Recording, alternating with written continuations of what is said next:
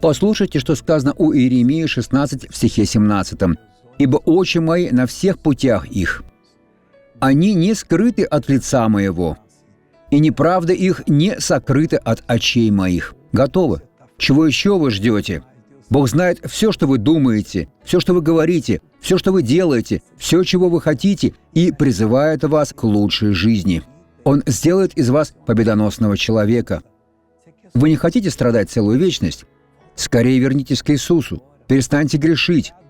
Бог изменит вашу жизнь. Посмотрите на благословленного человека. Когда я шла в церковь, я не могла ступить на ногу из-за сильной боли.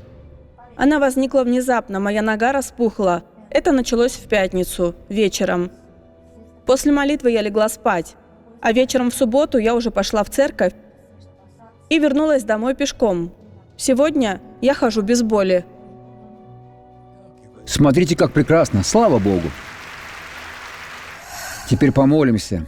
Отец, я молюсь с этим человеком и обличу сейчас все зло. Я связываю этого преступного духа, который овладел этим человеком, который контролирует его. Уйди во имя Иисуса Христа, а вы поднимите руку и скажите: «Бог, благодарю». Благослови вас Бог.